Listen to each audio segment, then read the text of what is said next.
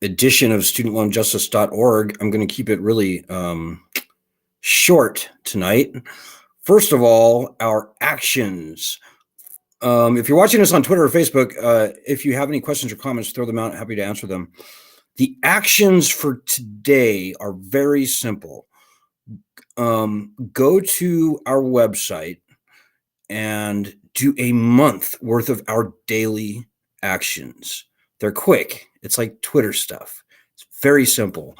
The second action for today, and you can do this right now. I know some of our daily actions, you need to wait until tomorrow.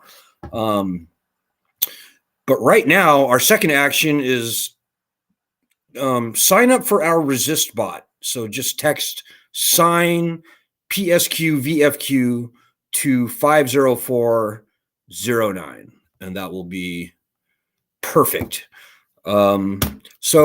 If you're new to the group, welcome. We're glad that you found us. What took you so long? We are the oldest, largest, and in many ways only true grassroots group fighting only and absolutely for student loan justice. So for the first 16, 17, let's say the first 15 years of our existence, that meant quite moderately fighting for the return of standard bankruptcy protections to student loans. But I'm here to tell you, ladies and gentlemen, this lending system is now catastrophically failed. It's done by all rational metrics. You know, the default rate for subprime home mortgages was 20%. I can tell you now, we have clear and indisputable evidence that the default rate for 2004 borrowers was going to be 40%. And that's even before the pandemic. But the class of 2004 only borrowed a third of what's being borrowed today. So by my best estimates, in late 2019, just before COVID, everybody walking around with student loans at that time was going to have a default rate of something like 65, 70, 75%, maybe even higher. 80% of all borrowers before the pandemic were underwater. So 65.4% of all federal loan borrowers were not making payments at all. And another 16% were paying, but their loan balance was going up, not down, up. That's a failed lending system. We didn't break it. It's not your fault. This is a bad lending system. This is not a bad borrower problem. This is a failed, unconstitutional, viciously predatory, and now catastrophically failed lending system by all rational metrics. Before the pandemic, far fewer than half were making payments. Now here during the pandemic, almost nobody is paying on their federal student loans. And whenever Joe Biden has the temerity to try and turn the lending system back on, ain't going to happen. Not going to happen. If even 20% of the borrowers are making payments when Biden has the gall to try and turn this lending system back on, it will be a stunning surprise. The best thing for all involved at this point is to cancel the loans. That's the second thing that we're fighting for. The president has all the executive authority that he needs to cancel 100% of all federally owned loans by executive order. So he can do this without needing one dime from the Treasury, without adding one penny to the national debt. You can't say that about PPP loans. You can't say that about any other of the other stimulus spending measures that we saw during the pandemic. Quite frankly, President Trump should have done this, and he would have won re-election, but he didn't, and he lost. So there you go. And to those of you who are, to the haters out there who like to say that canceling student loans will benefit the wealthy, that's the biggest bunch of bullshit I've ever heard in my life. You know, people like to say, or credit people like Adam Mooney at the Brookings Institute. They go, look, the highest 20% earners own 30% of student loan debt. We can't cancel loans. It'll benefit the wealthy. Well, by that math, that means that the bottom 80% of earners own 70% of the debt. And by the way, those high income people who own some student loans, they're typically older people, because older people tend to earn more. And there are more people over the age of 35 than under the age of 35 with student loans today. There are more people over the age of 50 than under the age of 25 with student loans today. These people have been completely wrecked by these loans for years and decades. Do they earn more than average? Well, yes. I mean, that's when you get older, you just earn more money. That's how life works. But they've been wrecked by these loans for years and decades. They're not wealthy. Their net worth is probably zero or negative. So anybody trying to tell the lie that canceling student loans will benefit the wealthy is completely full of shit. Look at PPP loans. We now know that the wealthiest 20% of earners own 75% of those PPP loans. So all the people who want to wag their finger at the people being crushed by this disgusting failed lending scam, why are they not pointing and wagging their fingers at all those wealthy PPP borrowers who got a much higher majority of student loan debt? Hey, as I said, if you have any questions or comments, throw them out. If I can see them, I will gladly respond to them. I want to keep it really short tonight, guys. In fact, I don't see myself going more than another 5 minutes or so. But we'll see. We'll see what kind of comments come in. Hey, one really interesting thing I noticed today, and thanks for Lisa Ansel for bringing this up. CPAC is going on right now, the conservative conference that they do every year around this time. And it was interesting to note that one of the vilest Republicans in Congress, Madison Cawthorn, who has said some terrible, terrible finger-wagging things about canceling student loans, including at last year's CPAC. Well, it was either yesterday or the day before yesterday. He actually said some very interesting things. Well, he said one interesting thing. He said he made the blanket comment that younger people do not want to be wrecked by eternally dark student loans or something like that. And that is significant. Madison Cawthorn, and I have to give a little bit of credit, at least for the rhetoric that Cawthorn is now using. That's a pretty significant change. Now, if Madison Cawthorn is serious about wanting to battle student loan debt, then the first thing he will do is consider doing a companion bill to S-2598. S-2598 is the Senate bill that will return limited bankruptcy protections to student loans and claw money back from the colleges. It's got two Republican sponsors, John Cornyn and Josh Hawley. If Madison Cawthorn is very serious about fighting this battle, and he should be, because the people of North Carolina owe far, far more than the entire state budget of North Carolina in student loan debt. There's enough student loan debt in North Carolina to buy every farm in the state and still have $20 billion left over. So better late than never. And he should probably tell his friends, Virginia Fox, Ted Budd, Tom Tillis, and others that they need to start fighting this battle. And it's not only good for their state and the country, it will be good for the Republicans, because let's face it, the Republicans have been terrible on this issue up to this point. So that's a little bit of a bright, shining piece of good news that I was very surprised to see. And I hope that you are pleased. I know that I was pleased. So let me see if I can see your comments here. We have a big week coming up, guys. Most important policy point that I'm going to make tonight. I don't care if you want to file bankruptcy or if you don't want to file bankruptcy, whether you want your loans canceled entirely, whether you want some kind of a fair workout, break on interest, or whether you actually need to file for bankruptcy. You need to be fighting for bankruptcy. It's a terrible thing to fight for. It's a terrible thing to do. Nobody wants to fight for it. Nobody wants to do it. But the fact of the matter is, we will not see meaningful student loan cancellation from Joe Biden or probably any other president unless and until the threat of bankruptcy is returned to us. We have seen the establishment foist one loan cancellation gimmick after another on us as a cheap substitute for the bankruptcy protections that the founding fathers called for in the Constitution ahead of the power to declare war and raise an army. See, here's the trick. Keep bankruptcy gone.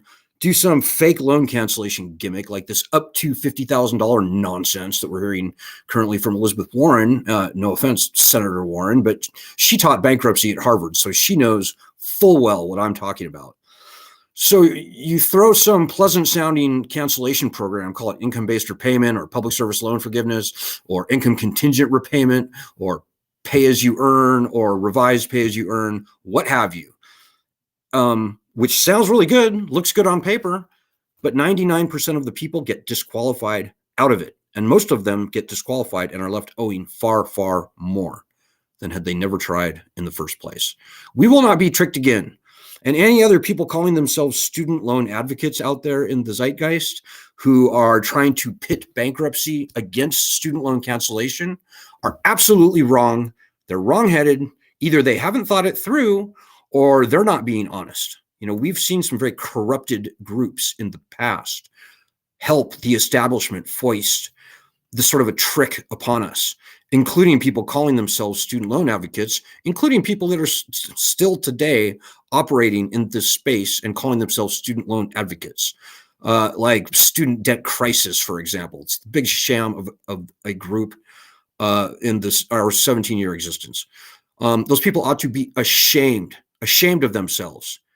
Bankruptcy and student loan cancellation are not opposing concepts. They are simpatico. And in fact, the one, cancellation, depends upon the other, bankruptcy. When we get the threat of bankruptcy back, President Biden will he will be compelled very strongly. In fact, he will have to cancel loans very broadly and very meaningfully. And there's no two ways about that, guys. Getting our bankruptcy rights back changed the whole game. And you should be helping us to fight for that, no matter what you want. Hey, Denise Perot says, it's not a true statement that older people make more money. Many older people live in housing authorities, nursing homes, etc. Yeah, good point, Denise. If you look at earnings versus age, it goes up until the age of about 55 or 60, and then indeed it does start to decline. I'm not talking about senior citizens. I'm talking about older working people. So that's a good point. But, you know, my whole point in that is that the people the wealthiest 20% of earners who have student loan debt, most of them are certainly the let's say over 50, under 60 crowd, maybe over 45, under 60 crowd, who, you know, they're not the young doctors and the young lawyers and so on and so forth. They tend to be older, and older people definitely do tend to earn a lot more money. So, but you're right. Earning drops off dramatically after the age of, I think, around 55 or 58 or 60 or something like that. But the point remains, canceling student loans will not benefit the wealthy. Canceling student loans will very largely benefit the unwealthy. And that is my whole key point with that whole thing. So yeah, guys, this coming week, we need to be pushing S2598 like we've never pushed it before. Again, I don't care if you would ever or never file for bankruptcy. If you want your loans canceled, if you want a reasonable break on the interest or some other negotiated settlement, or if you need to file for bankruptcy, you need to be helping us push this bill. I don't see meaningful student loan cancellation happening unless and until this bill, S2598, passes. So right now, it's job number one to get as many Republican senators to co-sponsor this bill as possible. Right now, we have two. We have Josh Hawley and John Cornyn, to their great credit. We need more. We need all of them. So please, if you care about this issue, we may not seem like the biggest group in the world. I understand that. But in fact, this group is the only group of any significant size fighting for this bill. It is our group that brought bankruptcy into this conversation in the first place. And by the way, it's our group that started the petition that started the national conversation about student loan cancellation by executive order. So this group is a little more important than you might want to give us credit for.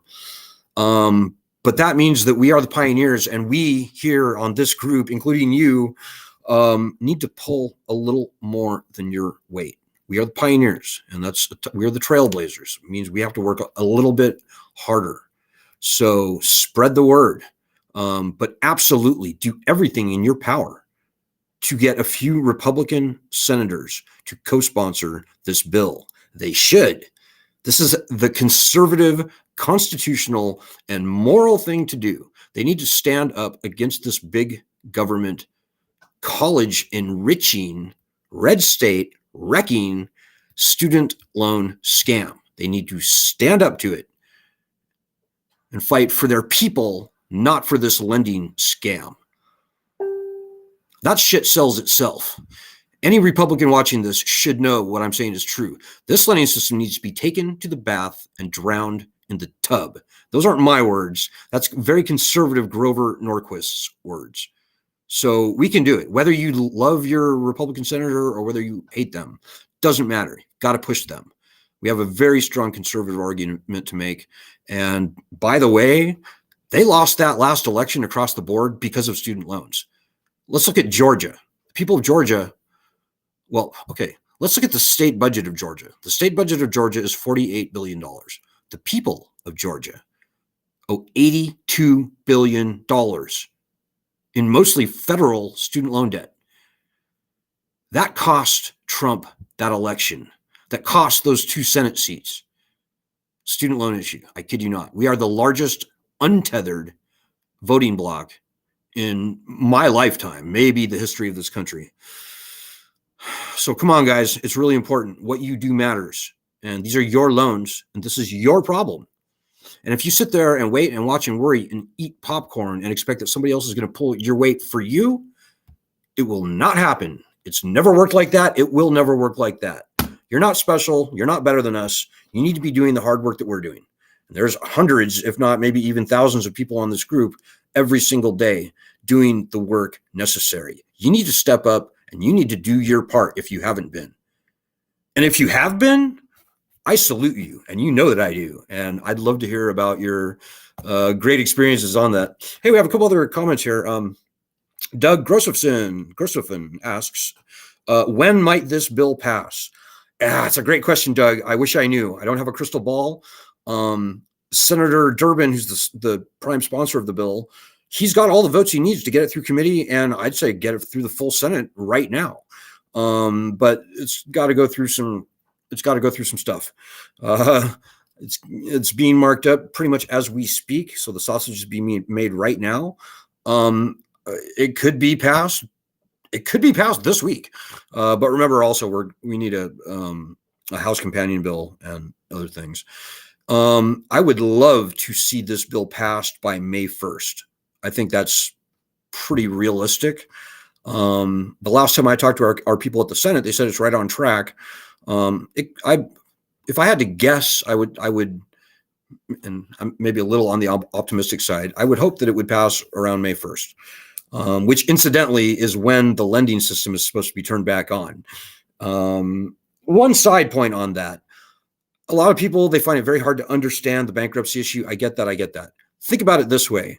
Most people, including you, are probably not going to resume paying on their student loans come May 1st when they turn the lending system back on. Do you want to face May 1st naked and vulnerable and without the threat of bankruptcy in your back pocket? Or do you want to have the threat of bankruptcy back on your side come May 1st, at least as a last resort? I think most people that think about that would want the second thing, right? May 1st comes, you don't want to be with your ass hanging out for the collection companies to come at you. You would at least like to have the threat of bankruptcy back on your side, as it exists for all their loans. So no matter what your situation is, guys, and as I said, most people probably won't even have to file for bankruptcy when we get the right returned. Just getting the right returned in and of itself should be enough to compel widespread, very meaningful, very significant loan cancellation. Because let's face it, guys, this lending system is so toast. 39 out of the 45 million borrowers were underwater even before the pandemic. Now, in an average year, fewer than 1 million people file for bankruptcy for any reason. But Joe Biden is a politician, and Joe Biden would not allow himself to be the president who presides over a wave of bankruptcy filings so large that it would overwhelm the bankruptcy courts to the point of seizure. We're talking 10, 15, 20 million filings. He does not want to be that guy. And so, yeah, guys, my best estimate is that once we get actual bankruptcy rights returned, it will be a very short and direct path to getting very meaningful, very widespread, maybe even total loan cancellation. If I was in Washington, D.C., looking at this train wreck of a lending system and bankruptcy was returned, I'd say, forget it, guys. Just flip the switch, eject it, reset it. Let's start over. Let's call this one stimulus and move on. And that is what actually should happen, honestly. This lending system is a national threat at this point. So I think I answered all of your comments. I'm not sure that I can even see them all. Let me have one more look. Oh, Denise Pearl says, I keep mentioning this to candidates running in the state to get the word out. Yeah, definitely do that. But you know where the battle is, Denise? It's with sitting members of Congress. It's with federal. It's not state legislators, not so much. Our legislation resides in federal Congress. So talking to senators and members of the House of Representatives is exactly where your time is best spent. If you want to talk to state legislators, the most important person is the governor of your state. And as I said, I didn't say, over a third of U.S. states, mostly red states, by the way, student loan debt exceeds their entire state budget. States like Georgia that I just said, North and South Carolina, Tennessee, Florida, Texas, Alabama, Missouri, Indiana, South Dakota, New Hampshire, Virginia. Did I say Tennessee? Anyways, there's a whole bunch of states where student loan debt now exceeds the entire state budget. We need to push the governor, Ohio, Mike DeWine. We need to push the governors of these states to acknowledge this issue and fight for their states over the federal government. Mike DeWine and Ron DeSantis and Greg Abbott in Texas and all these people need to stand up and say, Mr. President, enough. We will not let our great states be conquered and enslaved by this federal, viciously predatory, state economy wrecking debt. Cancel the loans. The president can cancel these loans without needing a dime from the Treasury, without adding a penny to the national debt, and without needing approval or appropriation from Congress. He could do it tonight. He could do it while watching 60 Minutes right now. So yeah, guys, I hope that's clear. Well, that's good, Denise. Yeah, do everything you can. I think I'm going to leave it there. I think I've said enough tonight. But this week really matters, guys. This week is probably the most important week in our group's history, in our group's 17-year nearly history. So make it happen, guys. If you don't want to do it for yourself for whatever selfless reasons, do it for the 45 million other people in the country who are being wrecked by these loans. Do it for the tens or the hundreds of millions of people who are going to follow in our footsteps. This is a very important battle. If they can do to other loans what they've done to student loans, we are looking at a very dark and dystopian reality for this country. This is the camel's nose under the tent. This is about more than just student loans. So come on, guys. Yeah, Ohio has more federal student loans only than the entire Ohio state budget. So the Ohio state budget is $65 billion. The people of Ohio owe more than $65 billion in federal student loan debt alone. So yeah, Ohio is prime stomping grounds for us. Mike DeWine is very important governor. So just rewind this live stream if you have any questions. Go to our Medium site. So it's studentloanjustice.medium.com, and take an evening and read our most recent, like 5, 6, 7 articles, and you will see how dire, how badly and catastrophically, how galactically failed this federal lending system is. Whether you're a Democrat or a Republican, conservative, libertarian, green, no matter what you may be, doesn't matter. We are a fiercely non-partisan group. And so you will learn a lot from these articles. Most of that research is not being published by the mainstream media. The mainstream media is terrible. And we have credibility, by the way, if you're new to the group. We've been featured in the past on 60 Minutes and the New York Times, and we've broken many of the most important stories in higher education over the past 17 years, including at places like the Wall Street Journal, like Inside Higher Ed, on and on and on. We know what we're talking about, okay? Just leave it at that. So yeah, we got this, guys. But as I said, this all starts with you. Nothing is going to happen until you help. The one thing that has held us back over the past 17 years is you, the people. Like, probably not you, actually, because I know everybody I'm seeing here, Doug and Michael and Denise, they're doing stuff. But if you're not doing stuff, then you need to turn over a new leaf, because these are your loans, it's your problem. And you can't expect anyone else to pull your weight for you. So, all right, guys, I'll be back tomorrow. Have a great Sunday night. And let's get this done for once and for all. Good luck. Godspeed. And God bless everybody. Good night.